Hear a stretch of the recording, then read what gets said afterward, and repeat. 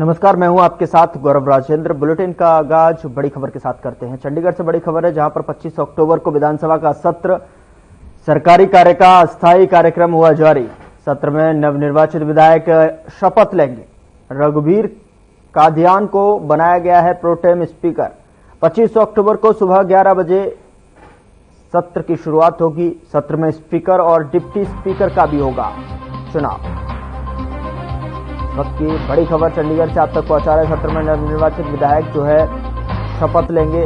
सत्र में स्पीकर और डिप्टी स्पीकर का भी चुनाव होना है। 25 अक्टूबर को 11 बजे सत्र की कार्रवाई शुरू होगी और 25 अक्टूबर को विधानसभा सत्र। चंडीगढ़ से इस वक्त की बड़ी खबर आप तक पहुंचा रहे। सरकारी कार्य का अस्थायी कार्यक्रम हुआ।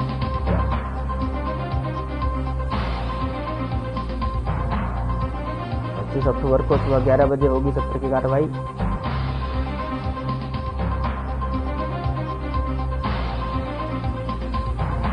चंडीगढ़ से इस वक्त की बड़ी खबर आप तक पहुंचा रहे हैं। सत्र में स्पीकर और डिप्टी स्पीकर का भी चुनाव होगा।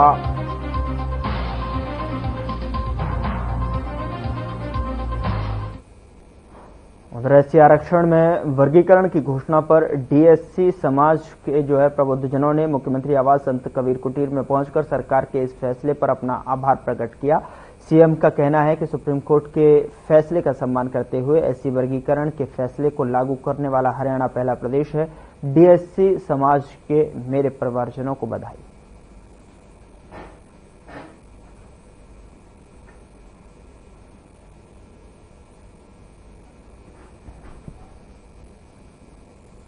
उधर हरियाणा बीजेपी अध्यक्ष मोहनलाल बड़ौली दिल्ली दौरे पर पहुंचे, जहां उन्होंने त्रिपुरा के पूर्व सीएम और सांसद विप्लव कुमार देव से मुलाकात की और इस मुलाकात के दौरान दोनों नेताओं के बीच संगठनात्मक विषयों को लेकर जो है चर्चा की गई है।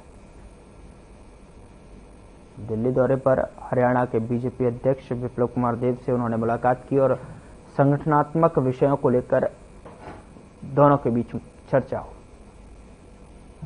विप्लव कुमार देव से मुलाकात की, संगठनात्मक विषयों को लेकर चर्चा हुई।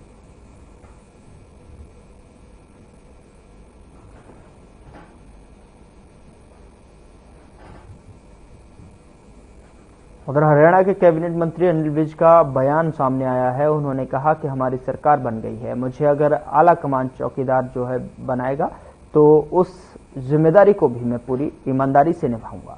उन्होंने कहा कि मैं बीजेपी का संस्कारिक कार्यकर्ता हूं, हमारे लिए विभाग कोई मायने नहीं रखते हैं, हमें काम करना सिखाया गया है। इसी के साथ विज ने कांग्रेस की तरफ से लगातार ईवीएम पर उठाए जा रहे सवालों को लेकर भी कांग्रेस पर निशाना साधा।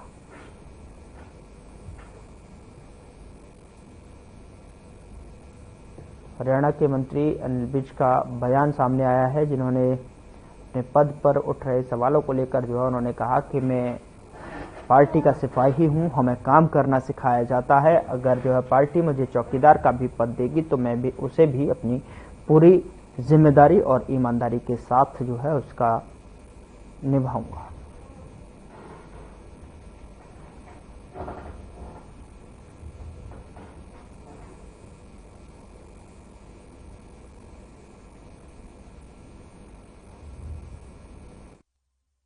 देखिए, जो आदमी हार जाता है वो कभी अपने ऊपर आरोप नहीं लेता, वो दूसरों पर ही लगाता। ईवीएम जब जारी की जाती है, सारी पार्टियों के नेताओं को पहले चेक कराई जाती है।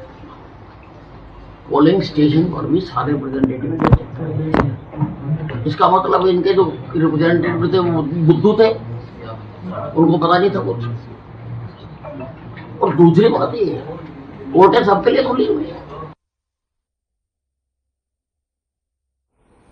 हरियाणा कैबिनेट मंत्री कृष्ण बेदी का बयान सामने आया है, जहां उन्होंने अतिदलितों को जो है अलग से आरक्षण देने के लिए समाज के वर्गों में मुख्यमंत्री नायब सैनी का धन्यवाद किया है। तो वहीं अतिदलित समाज के संतों ने जो है विधायकों और नेताओं ने मुख्यमंत्री से मुलाकात की। उन्होंने कहा कि भूपेंद्र सिंह हुड्डा की कांग्रेस सरकार के दौरान अतिदलितों के साथ में अन्याय हुआ था।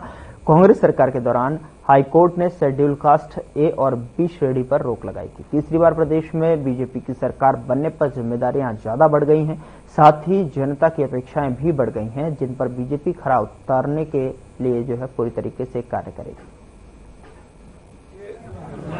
लगातार तीसरी बार किसी भी सरकार को बहुमत मिला, प्रचंड बहुमत मिला। मेरे पास शब्द नहीं है हरियाणा प्रदेश के मतदाताओं का किस प्रकार से हम धन्यवाद करें। हरियाणा प्रदेश के जागरूक मतदाता ने बिना पर्ची और बिना खर्ची 24 घंटे लाइट देने वाली सरकार, बढ़िया इंफ्रास्ट्रक्चर देने वाली सरकार, गरीब और मजदूर का सहारा बनने वाली सरकार, नायब सिंह जी की सरकार को लगातार तीसरी बार समर्थन देकर हमारे को हरियाणा की सरकार बनाने का अवसर दिया। और ऐसी दृढ़ निश्चयी सरकार जो वंचित और अंतिम पायदान पर जो व्यक्ति खड़ा है उसका उद्धार कर सके, उसको समर्थन दिया।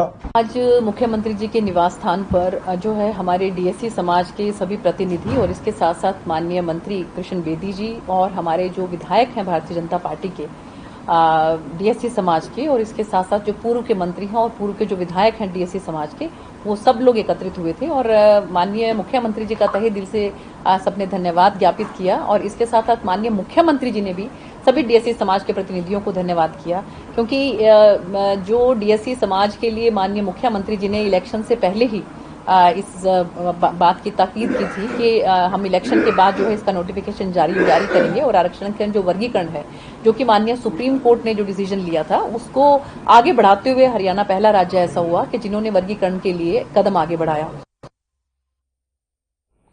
खबर चंडीगढ़ से है, जहां कृषि मंत्री श्याम सिंह राणा ने फसल कटाई को लेकर कहा कि किसान को फसल की कटाई के तुरंत बाद दूसरी फसल की तैयारी करनी होती है, इसलिए कई बार किसान जल्दी में पराली जलाने के गलत डिसीजन ले लेता है। कुछ अधिकारी किसानों को गलत डिसीजन लेने से रोक नहीं पाते, इसलिए आज कृषि विभाग के 24 अधिकारियों को सस्पेंड किया गया है। दिल्ली में जो प्रदूषण है उसके लिए दिल्ली स्वयं जिम्मेदार है। दिल्ली में 24 गंदे नाले यमुना में मिलते हैं और उससे प्रदूषण फैलता है। यही था कि पराली ना जलाई जाए। जहां किसानों ने गलत फैसले लिए, चाहे उन्होंने मजबूरी में लिए, लेकिन फैसला तो गलत है। कई चीजें अभी खेती बाड़ी जो है खुले आसमान के नीचे होती है, इंडोर तो है नहीं, ये प्रकृति पे आधारित है। और मैं समझता हूँ भाई कुदरत का इसमें ज्यादा बड़ा रोल रहता है। दुनिया में कितने बड़े फ्लड आए, कोई रोक नहीं पाया, बड़े से बड़ा देश भी धराशायी हो गया। तो खेती भी खुले आसमान में है। जब हम अपनी खेती की बात करते हैं, फसल काटते हैं, मंडी में ले जाते हैं, मंडी में बारिश आ जाती है तो परचेज में रुक जाती है, और खेत में बारिश पाएगी तो गिल्ला होगा, वो पराली की पैकिंग भी नहीं हो पाती। हाल ही में रेवाड़ी में से बीजेपी के विधायक बने लक्ष्मण सिंह यादव ने नगर परिषद पहुंचकर अधिकारियों की बैठक ली और लोगों की समस्याएं सुनने के बाद अधिकांश का मौके पर समाधान भी करवाया। उन्होंने भ्रष्ट और लापरवाह अधिकारियों को दो टूक चेतावनी देते हुए कहा कि पकड़े गए तो सख्त कार्रवाई होगी और सवारी अपने सामान की खुद जिम्मेदार होगी। लक्ष्मण सिंह यादव ने बाजारों में अतिक्रमण करने वाले दुकानदारों को निर्देश दिया है कि जल्द अपनी दुकानों के सामने से अतिक्रमण हटा लें ताकि लोगों को असुविधा ना हो।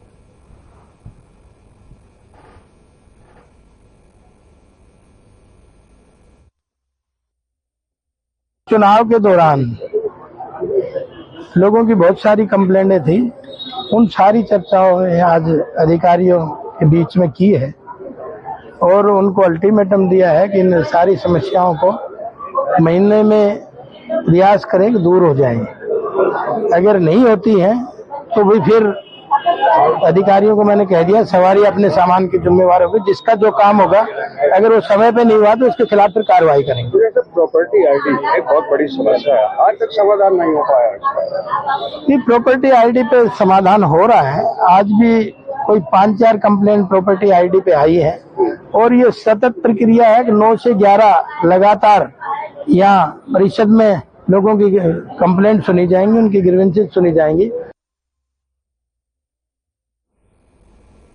उधर फतेहाबाद जिले में डीएपी खाद की समस्या को लेकर फतेहाबाद से कांग्रेस के विधायक का बलवान सिंह दौलतपुरिया कृषि विभाग के कार्यालय में पहुंचे और कृषि विभाग के टीडीए राजेश सिहाग से मुलाकात की। विधायक बलवान सिंह दौलतपुरिया ने कहा कि किसान लगातार खाद के लिए परेशान हो रहे हैं, लेकिन उन्हें खाद नहीं मिल रहा है। और बलवान सिंह दौलतपुरिया ने साफ तौर पर चेतावनी दी कि अगर 2-4 दिनों में खाद की समस्या का हल नहीं होगा तो वह कृषि विभाग के कार्यालय के बाहर दरी बिछाने के लिए मजबूर होंगे।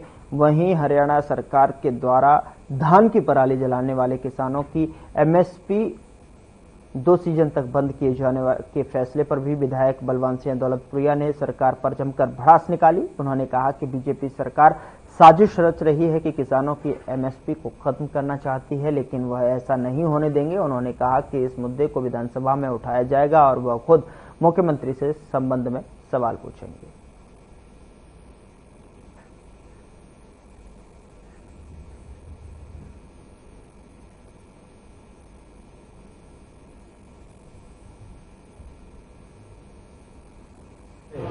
उसके लिए हम डीडी एग्रीकल्चर से मिलने के लिए आए थे, लेकिन कृषि डिपार्टमेंट भी इतना उदासीन है।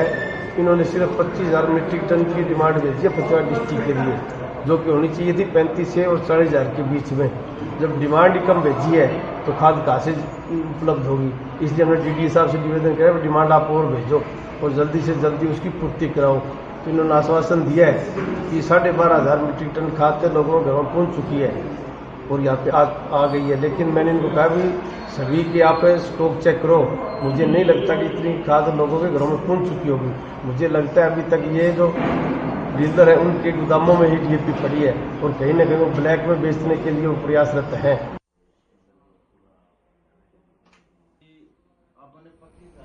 उधर हिसार प्रशासन द्वारा फसल अवशेष प्रबंधन को लेकर अनेक कार्यक्रम चलाए जा रहे हैं। हिसार के उपायुक्त प्रदीप दहिया ने बताया कि फसल अवशेष जलाने के 19 मामले सामने आए थे। विश्लेषण करने पर 11 जगह फसल अवशेष जलाने का सही पाया गया है और इनके खिलाफ एफआईआर दर्ज की गई है और साथ ही जुर्माना लगाया गया है। गांव में जाकर विभिन्न प्रकार की गतिविधियां आयोजित कर किसानों को जागरूक किया जा रहा है।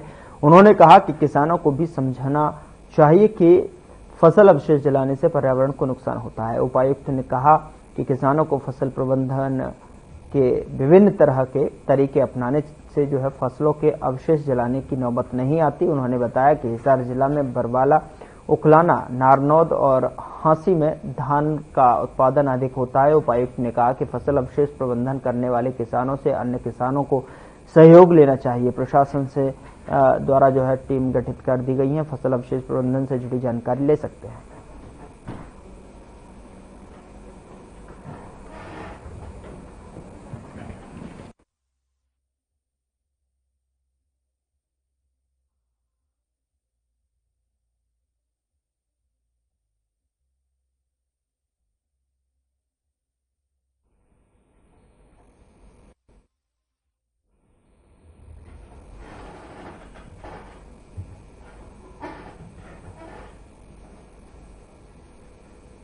उधर जिला की सभी मंडियों में धान की कटाई के बाद फसल की आमद में तेजी आई है और ऐसे में मंडियां में लिफ्टिंग में परेशानी होती है। कुरुक्षेत्र की शाहबाद अनाज मंडी में भी धान की भारी आमद हुई है। तो सरकारी एजेंसियों और मार्केट कमेटी के अधिकारियों का दावा है कि शाहबाद अनाज मंडी में आमद के साथ तेजी से लिफ्टिंग हो रही है।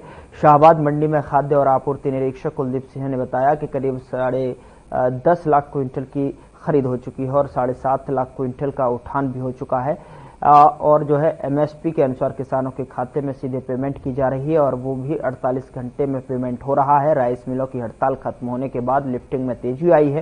काम संतोषजनक है। शाहबाद में जारी है कि कट गई है और सूचना भी मिली है।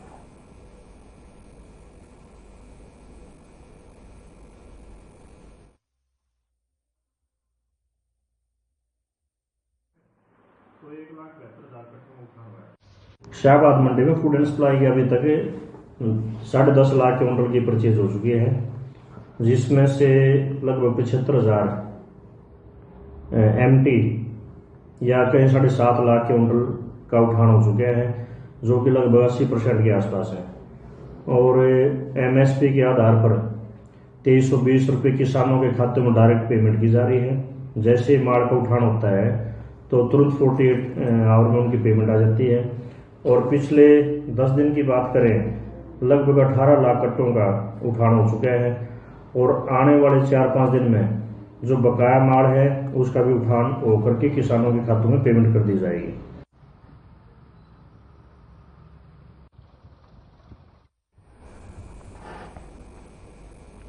उधर हरियाणा व्यापार मंडल के प्रदेश अध्यक्ष बजरंग दास गर्ग ने नारनौद की अनाज मंडी का दौरा किया और इस दौरान उन्होंने धान की खरीद और उठान के बारे में अधिकारियों से जानकारी ली और उसके बाद किसानों की समस्याओं को भी सुना। व्यापार मंडल के प्रदेश अध्यक्ष बजरंग दास गर्ग ने कहा कि नारनौद की जो है अनाज मंडी धान से भरी पड़ी है और अनाज मंडी में किसानों ने शिकायत की है कि सरकार की तरफ से जो है 2320 रुपए का धान की फसल का एमएसपी लेकिन सरकार की तरफ से जो है परचेज किया जा रहा है उसके अंदर पैसे में कटौती यानी 2320 की बजाय किसानों को 2200 रुपए रेट मिल रहा है। उन्होंने कहा कि ये किसान के साथ धोखाधड़ी है और हमारी सरकार से मांग है कि जो एमएसपी है उसी रेट पर किसान का धान खरीदा जाए।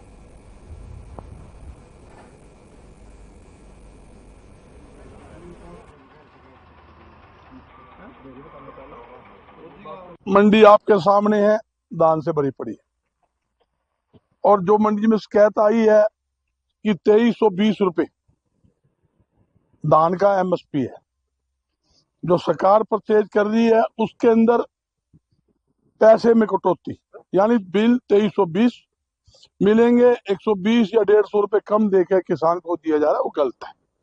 मेरी सरकार से मांग है जो एमएसपी है पूरी एमएसपी के ऊपर किसान की धान खरीदी जाए, 1 रुपए की भी कटौती नहीं होनी चाहिए। 17 मिक्सचर की बजाय 12, 13, 14, 15 सूखा है धान। मैं आपके सामने डेरी बात जमा सूखा पड़ा है।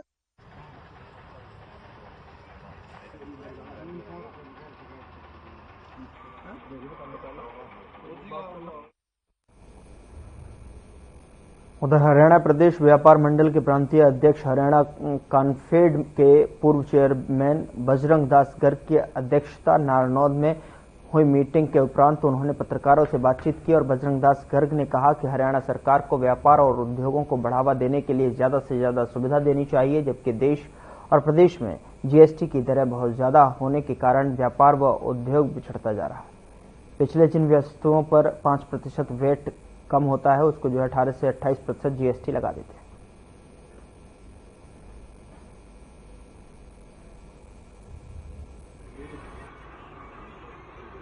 देखिए, एक तो अगरवा धाम में आई साल विशाल वार्षिक मेला लगता है। 10 नवंबर को 41वां विशाल वार्षिक मेला लगेगा। देश के कोने कोने से लोग परिवार सहित उस मेले के अंदर भाग लेंगे। एक तो हमारे ये पूरे देश में मुद्दा चल रहा है। दूसरा ये है, सरकार से मेरी अपील है कि हरियाणा के अंदर व्यापार व उद्योग को बढ़ावा देने के लिए ज्यादा सरकार द्वारा छूट देनी चाहिए। आज दिक्कत क्या है, लगातार देश और प्रदेश के अंदर व्यापार व उद्योग पिछड़ता जा रहा है।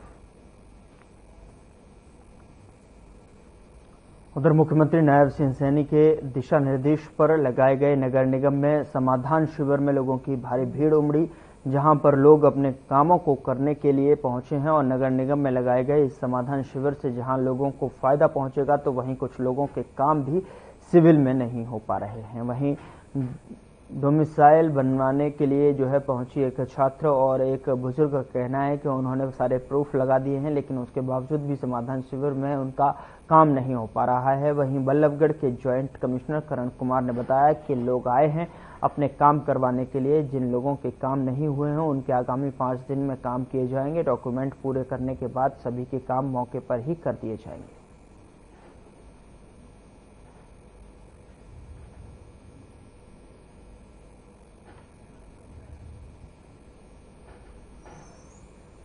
सर हम डोमिसाइल बनवाने आए थे अपने। क्या कह रहे हैं अब अधिकारी मिले हैं परीक्षण शिविर लगाया हुआ है? वो ये बोल रहे हैं हमारे सारे डॉक्यूमेंट्स है, पर वो ये बोल रहे हैं स्कूल से लिखवा के लाओ तब साइन करेंगे। परिवार में और किसी का बना आपका? परिवार में भैया और मम्मी का बन गया है, पापा हमारे एक्सपायर हो। अच्छा, हमें कॉलेज में अर्जेंट चाहिए वरना नाम काट देंगे। आप रो रहे हो सुबह से बैठे हुए? Yes sir. समाधान नहीं हो रहा कुछ भी? नहीं सर। तो जो समाधान शिविर लगा रखा है खाली ये नाम का क्या, इसमें कोई समाधान हो रहा है? नहीं हो रहा, कुछ भी नहीं हो रहा, हमें तो लग रहा है सब नाम का नहीं बना। नो कह रही 15 साल पुराना प्रूफ लाओ, मैंने सब प्रूफ लगा दें। जब भी 15 साल पुराना प्रूफ मांग रहे हैं, मेरे आदमी एक्सपायर हो गए, कोई सुनाई ही ना कर रही। बच्चे मेरे कॉलेज में जाती है तो उसने मांगी है, इसके कोई पैसा आ रहे हैं गरीबाई के तो दे रहे हैं, तो बिना डोमिसाइल ना भर रहे फार्म। सरकार की तरफ से हर डिपार्टमेंट में जो है समाधान शिविर लगाया गया है, इन शिविरों में लोग पहुंच रहे हैं, आप भी पहुंचे हो, क्या समाधान हुआ कुछ अभी तक? नहीं हुआ, कुछ नहीं हुआ, कुछ नहीं दिया गया। कहते हैं कि टाइम हो गया, पीडीएफ बना के भेजो तो करेंगे। हम 9 महीनों से केवल पहले तो हमारी कहते हैं रजिस्ट्री में आईडी गलत जोड़ दी थी, अब वो 9 महीने में वो हटी है और अब मेरे नाम में योगेश कंसल है, रजिस्ट्री में भी योगेश कंसल है और इनके किसी भी कर्मचारी ने मेरे योगेश कुमार लिख दिया। भैया भाई जी पहले तो मुझे टाइम नहीं बताया इन्होंने और 9 से ज्यादा टाइम दिया। मैं आया होता है 11 बज चुके हैं, अभी तो इंग्लैंड अंग्रेजों का टाइम होता है 11 बजे, 11 बजे ये इंडिया है। 6 महीने से मैं 10 छुट्टी कर चुका हूँ, 10 मैं टीचर हूँ दिल्ली में। समाधान शिविर का जो मुख्य उद्देश्य ये है कि जो हमारी सर्विसेज हैं म्युनिसिपल सर्विसेज उनको सिटीजन तक इजीली प्रोवाइड कराना और जो उनके पेंडिंग ग्रीवेंसेस हैं। फिलहाल बुलेटिन में इतना ही। नमस्कार।